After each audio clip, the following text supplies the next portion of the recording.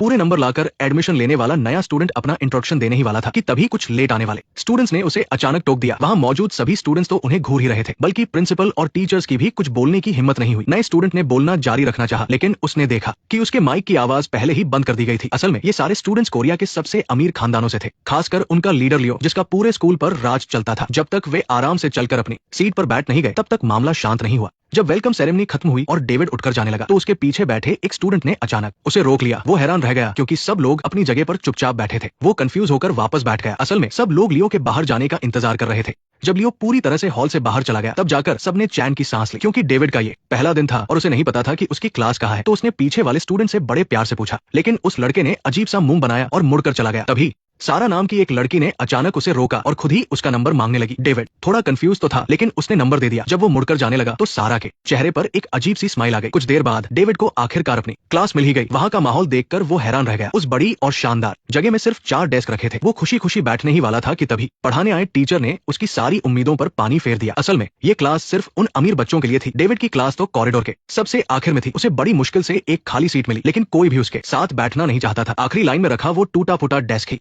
उसका नया ठिकाना बन गया। तब जाकर डेविड को समझ आया कि इस टॉप प्राइवेट स्कूल में पूरे नंबर लाने की कोई अहमियत नहीं है। यहाँ सिर्फ पैसा और बैकग्राउंड चलता है। और स्कूल ने स्टूडेंट्स को अलग अलग लेवल में बांट रखा था। आम घरों के बच्चे सिर्फ नीली टाई पहन सकते थे और अमीर बच्चे लाल टाई। हेलो दोस्तों, मैं हूँ मैक्स और आज मैं आपके लिए लाया हूँ एक जबरदस्त रिवेंज ड्रामा, हायरार्की। जब डेविड सोच ही रहा था कि इस स्कूल में कैसे टिका जाए, तभी एक आम परिवार वाले स्टूडेंट ने उसे चेतावनी दी कि वो भूलकर भी उन अमीर बिगड़े बच्चों से पंगा ना ले, बस शांति से अपनी पढ़ाई पूरी कर ले, वही बहुत बड़ी बात होगी। ये देखकर कि डेविड ने उसकी बात को हल्के में लिया, उस लड़के ने उसे सीरियस होकर बताया कि पहले एक लड़के ने उनके लीडर लियो से पंगा लिया था और उसकी स्कूल में ही मौत हो गई थी। ये सुनकर कि इसके अंजाम इतने बुरे हो सकते हैं, डेविड ने बाहर से तो शांत रहने की बात मान ली, लेकिन फिर वो बेखौफ होकर लियो के पास गया और उससे दोस्ती करने के लिए हाथ बढ़ाया। लेकिन लियो ने उसे पूरी तरह इग्नोर कर दिया। वहां सिर्फ सारा ने ही उससे अच्छे से बात की और यहाँ तक कि उसे वीकेंड की पार्टी में भी इनवाइट किया। उसने वादा किया कि वो उसे लेने के लिए अपनी कार भेजेगी। उसी दोपहर सारा अपनी बेस्ट फ्रेंड एमा को लेने एयरपोर्ट पहुंची, जिससे वो 3 महीने बाद मिल रही थी। एमा सच में एक बहुत अमीर खानदान की बेटी थी। उसके पास इतना पैसा था कि सिर्फ उसका वार्डरोब भी 200 स्क्वायर मीटर से ज्यादा बड़ा था, जो एक आम आदमी के 3BH के फ्लैट से भी बड़ा होता है। उसके आसपास हमेशा नौकर तैयार रहते थे। आज उसकी सौतेली माँ की बर्थडे पार्टी थी। वो अपनी इस सौतेली माँ से नफरत करती थी, जिसने उसकी सगी माँ की जगह ले ली थी। इसलिए उसने जानबूझकर काले रंग के कपड़े पहने थे, लेकिन उसे ये उम्मीद नहीं थी कि उसके पिता को उसके कपड़े बिल्कुल पसंद नहीं आएंगे और उन्होंने उसे अपनी सौतेली माँ की तरह कपड़े पहनने को कहा। आज इस मौके पर ये कपड़े तुम पर अच्छे नहीं लग रहे हैं। मुझे लगता है तुम्हें अपनी माँ की तरह तैयार होना चाहिए। आप किस माँ की बात कर रहे हैं? मेरी नई माँ? जाहिर है मैं अपनी पत्नी की बात कर रहा हूँ, जिसने तुम्हें पाला है, ना कि उस औरत की जिसने तुम्हें जन्म दिया। खैर, तुम्हें तुरंत जाकर कपड़े बदलने चाहिए। ठीक है, मैं जाकर कपड़े बदल लेती हूँ। अगर तुम कपड़े बदलने जा ही रही हो तो तुम्हें ये रंग भी लगाना चाहिए। उसके पिता ने ना सिर्फ एमा को सबके सामने डांटा, बल्कि अपने हाथों से उसकी लिपस्टिक भी मिटा दी। इस हरकत से एमा को बहुत बेइज्जती महसूस हुई। उसने अपने कपड़े उतारे और जब वो एक कोने में जाकर खुद को शांत कर रही थी, तभी वो वहाँ पार्ट टाइम काम करने वाले डेविड से मिली। एमा की खूबसूरती देखकर डेविड तो बस उसे देखता ही रह गया। उसने हिम्मत जुटाई और आगे बढ़कर बात करने की कोशिश की, लेकिन एमा ने उससे उसकी जैकेट मांग ली। एमा पर अपना अच्छा इंप्रेशन बनाने के लिए डेविड ने मजबूरी में अपनी जैकेट उसे दे दी। भले ही डेविड की शानदार बॉडी दिख रही थी, लेकिन एमा ने उसे मुड़कर देखा तक नहीं और जैकेट लेकर वहां से चली गई। उसके बाद एमा एक रेसिंग ट्रैक पर पहुंची, जहां सारा और उसकी एक और दोस्त पहले से ही इंतजार कर रही थी। तभी पीछे से सूट बूट पहने हुए एक लड़का चल कर आया। वो और कोई नहीं बल्कि अमीर बच्चों का लीडर लियो था। असल में ये दोनों रिलेशनशिप में थे। इस बार एमा ने लियो को रेस के लिए खास तौर पर बुलाया था, ताकि वो एक बड़ी शर्त लगा सके। जो जीतेगा वो हारने वाले से अपनी एक ख्वाहिश पूरी करवा सकता था। लियो तुरंत मान गया। वो ये जानने के लिए बहुत बेताब था कि पिछले 3 महीनों से एमा ने उसके किसी भी मैसेज का रिप्लाई क्यों नहीं किया और क्यों वो उससे दूर दूर भाग रही है। जैसे ही रेस शुरू हुई, दोनों ने एक दूसरे को कड़ी टक्कर दी। उन दोनों का सिर्फ एक ही लक्ष्य था, रेस जीतना। आखिरकार एमा ने सबसे पहले फिनिश लाइन पार की, लेकिन उसने जो शर्त रखी उसे सुनकर लियो के होश उड़ गए। तुम मुझे छोड़कर चले जाओ लियो, आखिर तुम ऐसा क्यों कर रही हो? कुछ ही समय बाद सारा की पार्टी शुरू हो गई। कार के ड्राइवर ने डेविड को एक बहुत ही शानदार महल जैसे घर के बाहर उतारा। पार्टी में आए सारे मेहमान बहुत ही महंगे कपड़ों में थे, लेकिन डेविड ने जो पुरानी सी स्कूल यूनिफॉर्म पहनी थी, वो भीड़ में एकदम अलग लग रही थी। इसकी वजह से बाकी सारे स्टूडेंट्स सबसे पहले सारा ने एक ड्रिंक उठाई और उसे बड़े ही दिलकश अंदाज में एक ही घूंट में पी लिया। तभी सब लोग चीयर करने लगे और डेविड को भी एक ड्रिंक पीने के लिए उकसाने लगे। हालांकि डेविड पहली बार ऐसी किसी जगह पर आया था, लेकिन किसी का मजा किरकिरा न हो, इसलिए उसने चुपचाप एक ड्रिंक उठाई और पी ली। उसे नहीं पता था कि किसी ने उसकी ड्रिंक में पहले ही कुछ मिला दिया था। कुछ ही मिनटों के बाद डेविड के सिर में तेज दर्द होने लगा। उसे तुरंत समझ आ गया कि उसे कोई नशा दिया गया है, इसलिए वो जल्दी से वॉशरूम गया और उल्टी करने की कोशिश की। उसने इतने खतरे के बावजूद इस पार्टी में आने का फैसला दरअसल किसी खास मकसद से किया था। वापस पार्टी में आने पर उसने देखा कि एलिस अकेली कोने में बैठी है, जैसे किसी गहरी सोच में डूबी हो। तभी एलिस को अचानक एक मैसेज आया जिसमें उसे धमकी देने वाला एक वीडियो था। इससे साफ था कि एलिस भी कोई ऐसा गहरा राज छिपा रही थी जिसके बारे में किसी को नहीं पता। उसने वो मैसेज डिलीट कर दिया। तभी जेसिका का मैसेज आया जिसमें उसने एलिस को कमरे में मिलने के लिए बुलाया था। डेविड ये सब दूर से देख रहा था। हमेशा घमंड में रहने वाली जेसिका ने अचानक फूलों का एक गुलदस्ता निकाला। वो उनके रिश्ते को बचाने की कोशिश कर रही थी, लेकिन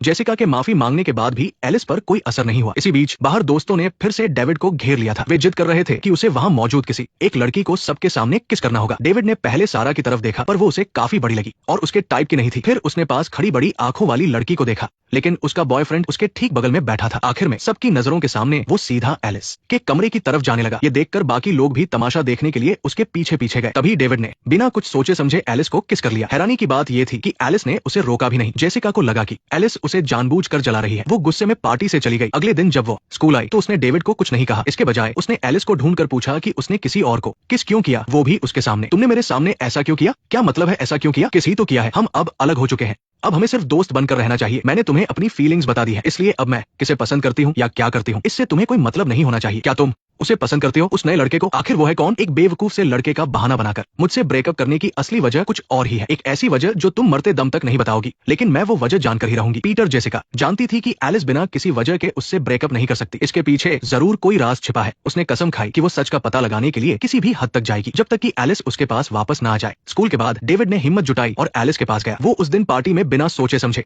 उसे किस करने के लिए माफी मांगना चाहता था। उस दिन के लिए मुझे माफ कर दो। जो जैकेट तुमने मुझे उधार दी थी ये उसी की भरपाई के लिए था। तो अब ध्यान से सुनो, हार मान लो। हार मान लूं? मैं क्यों हार मानूं? तुमने जिससे पंगा लिया है वो जेसिका है। तुम्हारे पास यही एक रास्ता है। वो बातें मैं उसे अच्छे से समझा दूंगी। एलिस को लगा कि डेविड जैसा बेवकूफ लड़का कभी नहीं सुधरेगा। जेसिका से पंगा लेने के बाद भी वो इतनी खुशी से मुस्कुरा रहा था। उधर दूसरी तरफ जेसिका एलिस के साथ बिताए अपने पुराने और प्यारे पलों का वीडियो देख रही थी। उसका दिल बहुत बेचैन था। तभी जेसिका को छुप छुप कर चाहने वाली सारा अचानक उसके पास आई। वो जानती थी कि जेसिका और एलिस के बीच बातचीत बंद है। वो इस मौके का फायदा उठाना चाहती थी। उसने कहा कि वो जेसिका की गर्लफ्रेंड होने का नाटक कर सकती है ताकि एलिस को जला सके, लेकिन जेसिका ने उसकी ये चालाकी पल भर में ही पकड़ ली। उसने न सिर्फ सारा की बात मानने से इनकार किया, बल्कि उसे एलिस के पास जाकर जासूसी करने को कहा ताकि वो उनके ब्रेकअप की असली वजह जान सके। सारा ये सब बिल्कुल नहीं करना चाहती थी, लेकिन वो जेसिका को नाराज नहीं करना चाहती थी, इसलिए उसने बिना मन के हाँ कर दी। इसी बीच दूसरी तरफ डेविड के हाथ आखिरकार उन अमीरजादों के खिलाफ एक सबूत लग गया था। जब वो लॉकर रूम में कपड़े बदल रहा था तो उसने देखा कि कुछ अमीर लड़के छुप छुप कर कुछ सफेद गोलियां एक दूसरे को दे रहे हैं। ये देखकर उसे तुरंत अपने भाई की याद आ गई। मरने से पहले उसके भाई ने बताया था कि किसी ने उसकी ड्रिंक में कोई नशीली चीज मिला दी थी। दरअसल डेविड का भाई भी इसी स्कूल का स्टूडेंट था, लेकिन यहाँ आने के सिर्फ एक महीने के अंदर ही उसकी रहस्यमयी तरीके से मौत हो गई थी। डेविड के यहाँ एडमिशन लेने का असली मकसद अपने भाई के कातिल को ढूंढना था। हो सकता है कि इन सफेद गोलियों का उसके भाई की मौत से कोई लेना देना हो, इसलिए डेविड ने टीचर से इसकी शिकायत की, लेकिन टीचर ने बिना किसी परवाह के कह दिया कि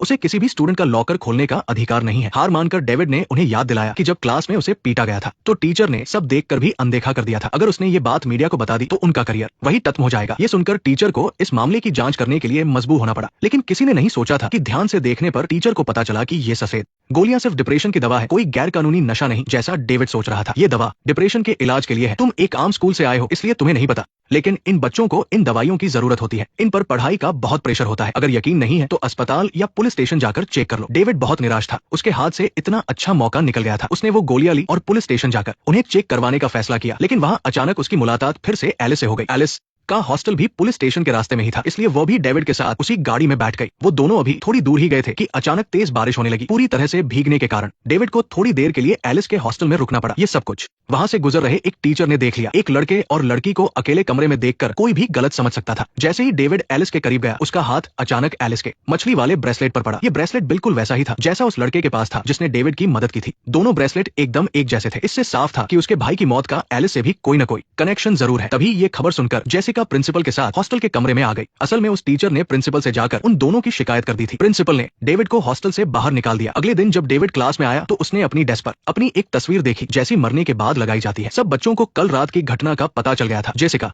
से पंगा लेने का अंजाम बहुत बुरा हो सकता था, लेकिन अपनी ऐसी तस्वीर देखकर डेविड हंसने लगा, क्योंकि उसके भाई को भी हादसे से पहले ऐसी ही एक तस्वीर मिली थी। अब उसे पूरा यकीन हो गया था कि उसके भाई की मौत के पीछे कहीं न कहीं जेसिका का ही हाथ है। अब उसकी बदले की कहानी सच में शुरू हो चुकी थी। तो दोस्तों, आज के लिए बस इतना ही। ये कोला मूवी रिव्यूज है। हम आपसे अगले एपिसोड में मिलेंगे।